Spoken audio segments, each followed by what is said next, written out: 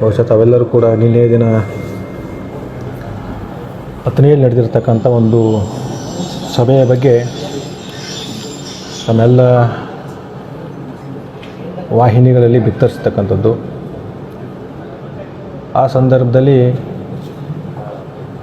ಗೋಕಾಕ್ನ ಶಾಸಕರು, ಮಹಾನುಭಾವರು, ಮರ್ಯಾದವಂತ ಶಾಸಕರಾಗಿರ್ತಕ್ಕಂಥ ಮರ್ಯಾದೆ ರಾಮಪ್ಪ ಜಾರಕಿಹೊಳಿಯವರು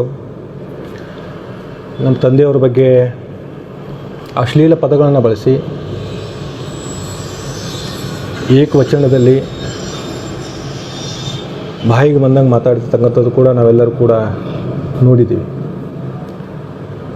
ಇದು ಏನು ತೋರಿಸ್ತದೆ ಅಂತಂದರೆ, ಒಬ್ಬ ಸಂಸ್ಕಾರ ಇಲ್ಲತಕ್ಕಂಥ ಮಗ ಯಾವ ರೀತಿ ಮಾತಾಡ್ತಾನೆ ಅನ್ನೋದಕ್ಕೆ ಇದೊಂದು ಪ್ರತ್ಯಕ್ಷ ಸಾಕ್ಷಿ.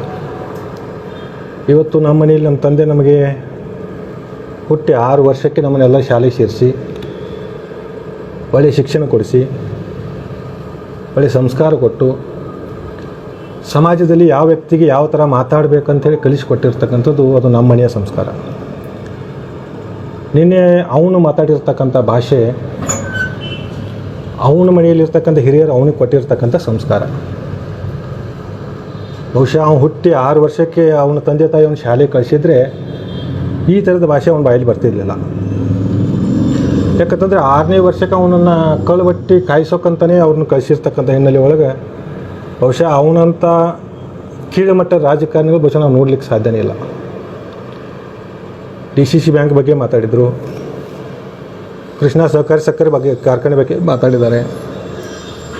ನಮ್ಮ ತಂದೆಯ ಬಗ್ಗೆ ಬಹಳ ಅವಾಚ್ಯ ಶಬ್ದಗಳನ್ನು ಬಳಸಿ ಕೇವಲವಾಗಿ ಮಾತಾಡಿರ್ತಕ್ಕಂಥದ್ದು.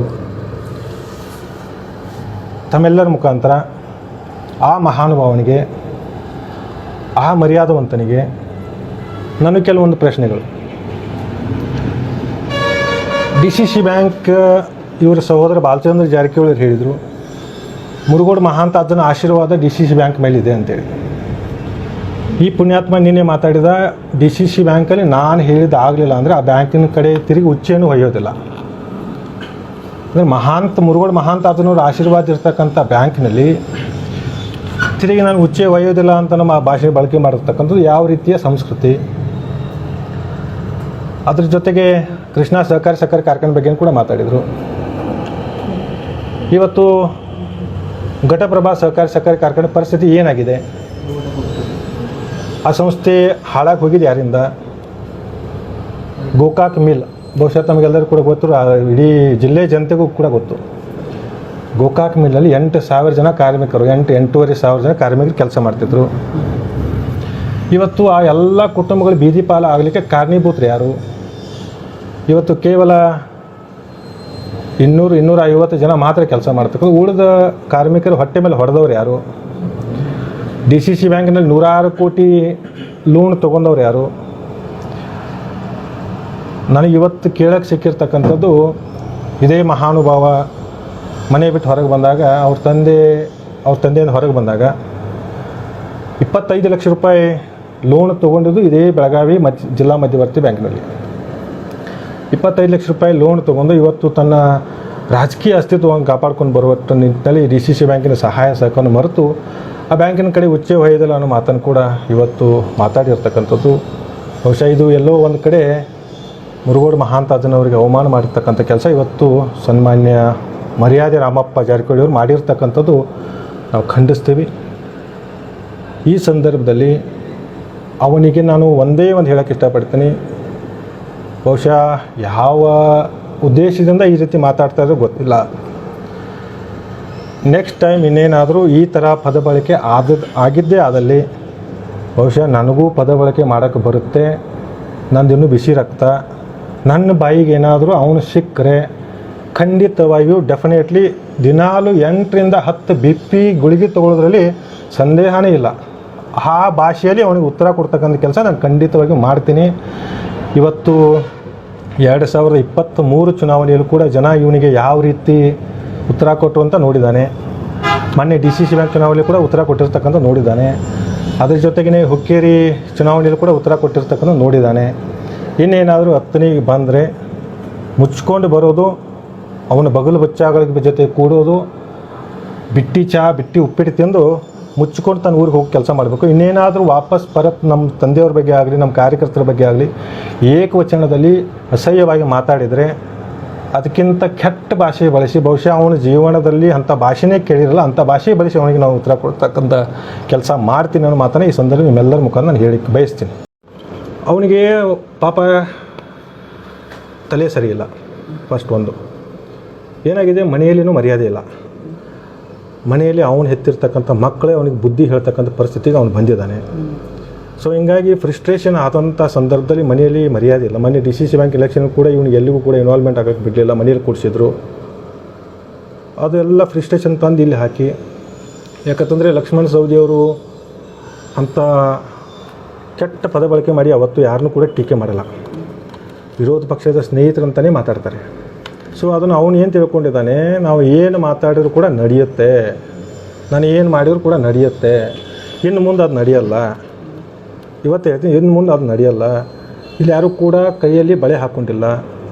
ಇನ್ನು ಇದಾದರೂ ಅವನು ಇದೇ ಥರ ಮುಂದುವರಿಸಿದರೆ ಅವನಿಗೆ ತಕ್ಕ ಉತ್ತರ ನನ್ನ ಭಾಷೆಯಲ್ಲಿ ಗೋಕಾಕಕ್ಕೆ ಹೋಗಿ ಕೊಡ್ತಕ್ಕಂಥ ಕೆಲಸ ನಾನು ಮಾಡ್ತೇನೆ. ಸರ್, ಎಲ್ಲೋ ರಾಜ್ಯದಲ್ಲಿ ಈ ರೀತಿಯ ಪ್ರಮುಖ ನಾಯಕರು ಕೋಮುವಾದಿ ಭಾಷೆಗಳನ್ನ ಆಡಿ ಎಲ್ಲೋ ಶಾಂತಿ ಸುವ್ಯವಸ್ಥೆ ಧಕ್ಕೆ ತರ್ತಾರೆ. ಪ್ರಾರಂಭದಲ್ಲಿ ಅದನ್ನು ಹೇಳಿದೆ, ಎಜುಕೇಷನ್ ಮೇನ್ ಇಂಪಾರ್ಟೆಂಟ್. ಎಜುಕೇಷನ್ ಬೇಕು.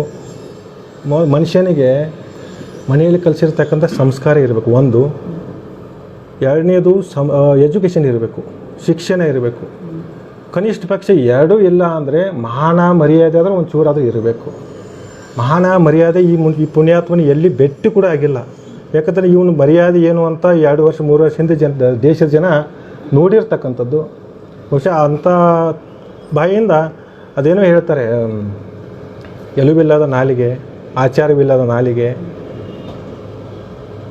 ಸಂಸ್ಕಾರ ಇಲ್ಲದ ಶರೀರ, ಮರ್ಯಾದೆ ಇಲ್ಲದ ಜೀವನ. ಬಹುಶಃ ಅವನಿಗೆ ಶೋಭೆ ತರ್ತಕ್ಕಂಥದ್ದಲ್ಲ. ಬಹುಶಃ ಅವರು ಸಹೋದರರು ಇವತ್ತು ಸತೀಶ್ ಜಾರಕಿಹೊಳಿ ಅವರು, ಬಾಲಚಂದ್ರ ಜಾರಕಿಹೊಳಿ ಭಾಳ ಪ್ರೀತಿಯಿಂದ ನಾವು ಎಲ್ಲೇ ಭೇಟಿಯಾದರೂ ಕೂಡ ಭಾಳ ಪ್ರೀತಿಯಿಂದ ವಿಶ್ವಾಸದಿಂದ ಮತ್ತು ಈ ಥರ ಪತ್ರಿಕಾಗೋಷ್ಠಿ ಮಾಡುವ ಕೂಡ ಎಲ್ಲರ ಬಗ್ಗೆ ರೆಸ್ಪೆಕ್ಟ್ ಮರ್ಯಾದೆಯಿಂದ ಮಾತಾಡ್ತಾರೆ. ಬಟ್ ಇವನು ಪುಣ್ಯಾತ್ಮ ಅವ್ರ ಮನೆತನದ ಮರ್ಯಾದೆ ಕಳಿಯೋಕ್ಕಂತ ಹುಟ್ಟಿರ್ತಕ್ಕಂಥದ್ದು ಏನೋ ನನಗೆ ಸಂಶಯ ಆಗ್ತಾಯಿದೆ. ಅದಕ್ಕೆ ದಯವಿಟ್ಟು ಅವ್ರ ಸಹೋದರ ಇವನನ್ನು ಕಂಟ್ರೋಲ್ ಮಾಡಬೇಕು. ಜಿಲ್ಲೆಯಲ್ಲಿ ಇರ್ತಕ್ಕಂಥ ನಾಯಕರ ಬಗ್ಗೆ ಅಸಹ್ಯವಾಗಿ ಮಾತಾಡಬೇಕು. ಯಾಕಂದರೆ ಈ ಒಂದು ಲೀಡರ್ಶಿಪ್ ಅಂತೂ ಕೊಲಾಪ್ಸ್ ಆಗೋಗಿದೆ. ಆಮೇಲೆ ನಿನ್ನೆ ಇನ್ನೊಂದು ಹೇಳಿದರು, ಲಕ್ಷ್ಮಣ ಸವದಿಯವ್ರ ಮಾತು ಕೇಳಿ ಅಣ್ಣಾ ಸಾಹೇಬ್ ಜೊಲ್ಲೆ ಅವರು ಕೆಟ್ಟರು, ರಮೇಶ್ ಕತ್ತಿ ಅವರು ಕೆಟ್ಟರು. MP ಚುನಾವಣೆಯಲ್ಲಿ ಅಣ್ಣಾ ಸಾಹೇಬ್ ಜೊಲ್ಲೆ ಅವರು ಸ್ಪರ್ಧೆ ಮಾಡಿದಾಗ ಇವ್ರು ಎಲ್ಲಿದ್ದರು? ಸನ್ಮಾನ್ಯ ಮರ್ಯಾದೆ ರಾಮಪ್ಪ ಜಾರಕಿಹೊಳಿ ಅವರು ಎಲ್ಲಿದ್ದರು MP ಚುನಾವಣೆಯಲ್ಲಿ? ಒಂದು ದಿನ ಕೂಡ ಎಲ್ಲಿ ಪ್ರಚಾರಕ್ಕೆ ಬರಲಿಲ್ಲ. ಅವತ್ತು ಪಕ್ಷ ನಿಷ್ಠೆ ಇರಲಿಲ್ವ ಇವ್ರಿಗೆ? ಬಂದಿರಲಿಲ್ಲ. ಒಂದು ದಿನ ಕೂಡ ಎಲ್ಲಿ ಕಾಣಲಿಲ್ಲ.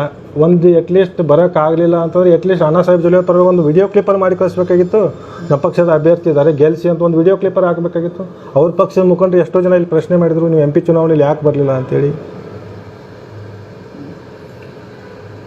ಇಲ್ಲ ಸರ್, ಮತದಾನದ ಸಂದರ್ಭದಲ್ಲಿ ರಮೇಶ್ ಜಾರಕಿಹೊಳಿ ಯಾವ ಕ್ಷೇತ್ರಕ್ಕೆ ಹೋಗ್ತಾರೆ, ಅಲ್ಲಿ ಮತದಾರರ ಮೇಲೂ ಪ್ರಭಾವ ಬೀರ್ಬೋದು ಅನ್ನೋವಂಥ ನಿಟ್ಟಿನಲ್ಲೂ ಕೂಡ ಅವ್ರು ಬಂದಿರಬಾರ್ದು. ನಮ್ಮ ತಂದೆಯವರು 2023 ಚುನಾವಣೆ ಹೇಳಿದ್ದಾರೆ, ಬಳು ಹೊಕ್ಕು ಮಣಿ ಅಳು ಅಂತೇಳಿ. ಬಳು ಅಂದರೆ ಅನಿಷ್ಟ ಪಕ್ಷಿ.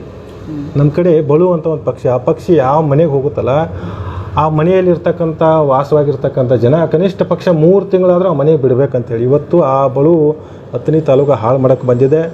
ಇಲ್ಲಿ ಜನ ಅದಕ್ಕೆ ಮನ್ನಣೆ ಕೊಡೋದಿಲ್ಲ. ಹತ್ತನೇ ಜನ ಪ್ರಜ್ಞಾವಂತರಿದ್ದಾರೆ, ಧೈರ್ಯವಂತರಿದ್ದಾರೆ. ಇವನ ಗೊಡ್ಡ ಬೆದರಿಕೆಗಳಿಗೆ, ಇವನ ಗೊಡ್ಡ ಭಾಷೆಗಳಿಗೆ, ಇವನ ಆಚಾರವಿಲ್ಲದ ನಾಲಿಗೆಗೆ ಮನ್ನಣೆ ಕೊಡೋದಿಲ್ಲ. ಹತ್ತನೆಯಲ್ಲಿರ್ತಕ್ಕಂಥ ಸಂಸ್ಥೆಗಳು ಇವತ್ತು ಆರೋಗ್ಯಕರವಾಗಿರ್ತಕ್ಕಂಥವು. ಆ ಎಲ್ಲ ಸಂಸ್ಥೆಗಳನ್ನು ಅವ್ರ ತಾಲೂಕಿನಲ್ಲಿ ಗೋಕಾಕ್ ಮಿಲ್ ಆಗಿರ್ಬೋದು, ಘಟಪ್ರಭಾ ಸಕ್ಕರೆ ಕಾರ್ಖಾನೆ ಆಗಿರ್ಬೋದು, ಅಂಥ ಸಂಸ್ಥೆಗಳನ್ನು ಯಾವ ರೀತಿ ಇವರು ಅಳು ಹಚ್ತಲ್ಲ ಈ ಬಳು, ಅದನ್ನು ಆ ರೀತಿ ಇಲ್ಲಿ ಮಾಡಬೇಕಂತೇಳಿ ಇವತ್ತು ಅವರ ಪ್ರಯತ್ನ ನಡೀತಾ ಇದೆ. ಇಲ್ಲಿ ಜನ ಮನ್ನಣೆ ಹಾಕೋದಿಲ್ಲ, ಇಲ್ಲಿ ಜನ ಪ್ರಜ್ಞಾವಂತದ ಅವನಿಗೆ ಸರಿಯಾದ ಉತ್ತರ ಕೊಡೋ ಸಂದರ್ಭದಲ್ಲಿ ಸಮಯಕ್ಕನುಸಾರ ಇವನು ಉತ್ತರ ಕೊಡ್ತಾರೆ. ಸರ್, ಈಗ ಬೆಳಗಾವಿಯಲ್ಲಿ ಲಿಂಗಾಯತರ ನಾಯಕರನ್ನ ಬೆಳೆಯೋದಕ್ಕೆ ಕೊಡಬಾರ್ದು ಅನ್ನೋ ನಿಟ್ಟಿನಲ್ಲಿ ಈ ಥರ ಒಂದು ಹೌದು ನಾನು ಅಗ್ರಿ ಆಗ್ತೀನಿ ಅದಕ್ಕೆ. ಇವತ್ತು ಲಿಂಗಾಯತರ ಮಧ್ಯದಲ್ಲಿ ಜಗಳ ಹಚ್ಚಿ DCC ಬ್ಯಾಂಕಲ್ಲಿ ಒಂದೇ ಕ್ಷೇತ್ರದಲ್ಲಿ ಇಬ್ಬಿಬ್ಬರು ಅಣ್ಣ ಒಂದು ಕ್ಯಾಂಡಿಡೇಟು ತಮ್ಮ ಒಂದು ಈ ಥರ ಮಾಡಿ ಇದು ನಡೀತಾ ಇದೆ ಜಿಲ್ಲೆಯಲ್ಲಿ. ಈ ಜಿಲ್ಲೆಯ ಲಿಂಗಾಯತರ ನಾಯಕರು ಇನ್ನು ಒಗ್ಗಟ್ಟು ಆಗಬೇಕು, ಪ್ರಜ್ಞಾವಂತರಾಗಬೇಕು. ಭವಿಷ್ಯದ ದೃಷ್ಟಿಯಿಂದ ಇವರು ತಮ್ಮ ವೈಯಕ್ತಿಕ ಪ್ರತಿಷ್ಠೆಗಳನ್ನ ಬದಿಗಿಟ್ಟು ಜಿಲ್ಲೆಯಲ್ಲಿರ್ತಕ್ಕಂಥ ಇಂಥ ಸಂಸ್ಥೆಗಳನ್ನು ಉಳಿಸ್ತಕ್ಕಂಥ ಕೆಲಸ ಜಿಲ್ಲೆ ನಾಯಕರು ಮಾಡಬೇಕಂತ ಈ ಸಂದರ್ಭದಲ್ಲಿ ಕೈ ಮುಗಿದು ವಿನಂತಿ ಮಾಡ್ಕೋತೀನಿ. ಸರ್ ಮುಂದಿನ ದಿನಮಾನಗಳಲ್ಲಿ ಲಿಂಗಾಯತರು ಯಾವ ರೀತಿ ಜಾರಕಿಹೊಳಿ ಕುಟುಂಬದ ವಿರುದ್ಧ ಬಂದಾಗ್ತೀರಿ, ಯಾವ ರೀತಿ ಹೋರಾಟ ಮಾಡ್ತೀರಿ? ಅದು ಕಾದು ನೋಡಿ ಸಮಯ ಬಂದಾಗ ಅದಕ್ಕೆ ನಾವು ಸಮಯ ಅನುಸಾರ ಸೈಲೆಂಟ್ ಆಗಿರೋ ಸರ್, ರಾಜಕೀಯ ಕ್ಷೇತ್ರದಲ್ಲಿ ಯಾಕೆ ಮುಂಭಾಗದಲ್ಲಿ ಬರ್ತಾ ಇಲ್ಲ, ಚುನಾವಣೆ ಸ್ಪರ್ಧಿಸುವಂಥ ಕೆಲಸ ಆಗ್ತಾ ಇಲ್ಲ? ಆ ರೀತಿಯೂ ಯಾವುದೇ ಪ್ರಕ್ರಿಯೆ ನಮ್ಮಲ್ಲಿ ಚರ್ಚೆ ಆಗಿಲ್ಲ. ಯಾಕಂದರೆ ಕ್ಷೇತ್ರದಲ್ಲಿ ಅನೇಕ ಕಾರ್ಯಕ್ರಮ ತಂದೆಯವರಿಗೆ ಬಿಡುವು ಸಿಗೋದಿಲ್ಲ, ಎಲ್ಲ ಕಡೆ ಪ್ರವಾಸ ಮಾಡಬೇಕು. ಸೊ ಹಿಂಗಾಗಿ ಕ್ಷೇತ್ರದಲ್ಲಿ ಬಿಜಿ ಆಗಿರೋದು ಬರುವಂಥ ದಿನಮಾನದೊಳಗೆ ಅದನ್ನು ಕೂಡ ನಿರೀಕ್ಷೆ ಇದೆ ಸರ್, ಗಡಿ ಭಾಗದಲ್ಲಿ ಸಾಕಷ್ಟು ಜನರ ನಿರೀಕ್ಷೆ ಇದೆ, ತುಂಬ ಜನರ ನಿರೀಕ್ಷೆ ಇದೆ ಬರಬೇಕಂತೇಳಿ. ಇನ್ನು ಅದಕ್ಕೆ ಸೂಕ್ತ ಸಮಯ ಬಂದಾಗ ಅದಕ್ಕೆ ಖಂಡಿತವಾಗಿ ಅದಕ್ಕೆ ನಾನು ಸರ್ ಕಾಗವಾಡ ಮತ್ತು ಕ್ಷೇತ್ರದಿಂದ ಮುಂದಿನ ಸಲ ಇನ್ನೂ ಯಾವುದೇ ಆ ಥರದ ಚರ್ಚೆ ಆಗಿಲ್ಲ. ಇನ್ನು ನಮ್ಮ ನಾಯಕರಾಗಿರ್ತಕ್ಕಂಥ ರಾಜು ಕಾಗೆ ಅವರು ಇನ್ನೂ ಆರೋಗ್ಯವಂತರಿದ್ದಾರೆ, ಇನ್ನೂ ಶಕ್ತಿ ಇದೆ, ಕೆಲಸ ಮಾಡ್ತಾ ಇದ್ದಾರೆ.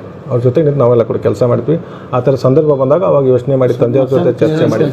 ರಾಜುಕಾಗಿ ಅವರು ಅಧಿಕಾರಿಗೋಸ್ಕರ ಜಾರಕಿಹೊಳಿ ಕುಟುಂಬದ ಆ ಥರದ್ದು ಯಾವುದೂ ಆಗಿಲ್ಲ, ಸುಮ್ಮನೆ ಎಲ್ಲ ಊಹಾಪೋಹ. ಆಡಿಯೋ ಬಂದಿರತಕ್ಕಂಥದ್ದು ನಮ್ಮ ಕಾರ್ಯಕರ್ತರ ಹುಡುಗ ಪಾಪ ಅವನಿಗೇನೋ ಅದು ಮಿಸ್ಗೈಡ್ ಯಾರೋ ಮಾಡಿ ಈ ಥರ ಮಾಡಿಸಿದ್ದಾರೆ. ಬಟ್ ಇವತ್ತಿನ ದಿನ ಅವನು ಕೂಡ ಕ್ಷಮೆ ಕೇಳಿದಾನೆ. ರಾಜು ಕಾಗೆ ಅವರು ಕೂಡ ಮೊನ್ನೆ ಅದ್ರ ಬಗ್ಗೆ ಯಾವುದೇ ಕೂಡ ಪ್ರಕ್ರಿಯೆ ಕೊಟ್ಟಿಲ್ಲ. ಇವತ್ತು ಅದು ಸ್ವಾಭಾವಿಕ, ರಾಜಕಾರಣದಲ್ಲಿ ಇವತ್ತೆಲ್ಲ ಸ್ವಾಭಾವಿಕ ಇರುತ್ತೆ. ಇವತ್ತು 30-35 ವರ್ಷದ ತಂದೆಯವ್ರ ಜೊತೆ ಮತ್ತು ರಾಜು ಕಾಗೆ ಸಂಬಂಧ ಬಹಳ ಗಟ್ಟಿಯಾಗಿದೆ.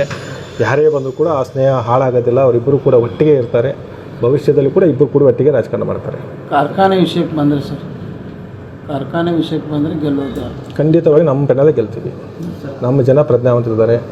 ಯಾರ ಕಡೆ ಸಂಸ್ಥೆ ಇದ್ರೆ ಉಳಿಯುತ್ತೆ, ಯಾರ ಕಡೆ ಹೋದರೆ ಹಾಳಾಗುತ್ತೆ ಅಂತ ಜನ ಪ್ರಜ್ಞಾವಂತರಿದ್ದಾರೆ. 26ನೇ ತಾರೀಕು ಅದಕ್ಕೆ ಉತ್ತರ ಕೊಡ್ತೀವಿ. ಕಾರ್ಖಾನೆಗೆ DCC ಬ್ಯಾಂಕಿನಿಂದ ಸಾಲ ಪಡೆದಿದ್ದಾರೆ ಅಂತ ಒಂದು ಆರೋಪ ಮಾಡ್ತಾರೆ ಸರ್. ಇಲ್ಲ, ಯಾವುದೇ ಥರ ನನಗೆ ಮಾಹಿತಿ ಇಲ್ಲ. DCC ಬ್ಯಾಂಕಿನಿಂದ ಸಾಲ ತೊಗೊಂಡ ಮಾಹಿತಿ ಇಲ್ಲ. ಅಪೆಕ್ಸ್ ಬ್ಯಾಂಕಿಂದ ಸಾಲ ತೊಗೊಂಡಿರೋ ಮಾಹಿತಿ ಇದೆ. ಅದಕ್ಕೆ 26ನೇ ತಾರೀಕು ಅದಕ್ಕೆ ಯಾವ ರೀತಿ ಉತ್ತರ ಕೊಡಬೇಕು ನಾವು ಉತ್ತರ ಕೊಡ್ತೀವಿ. Thank you.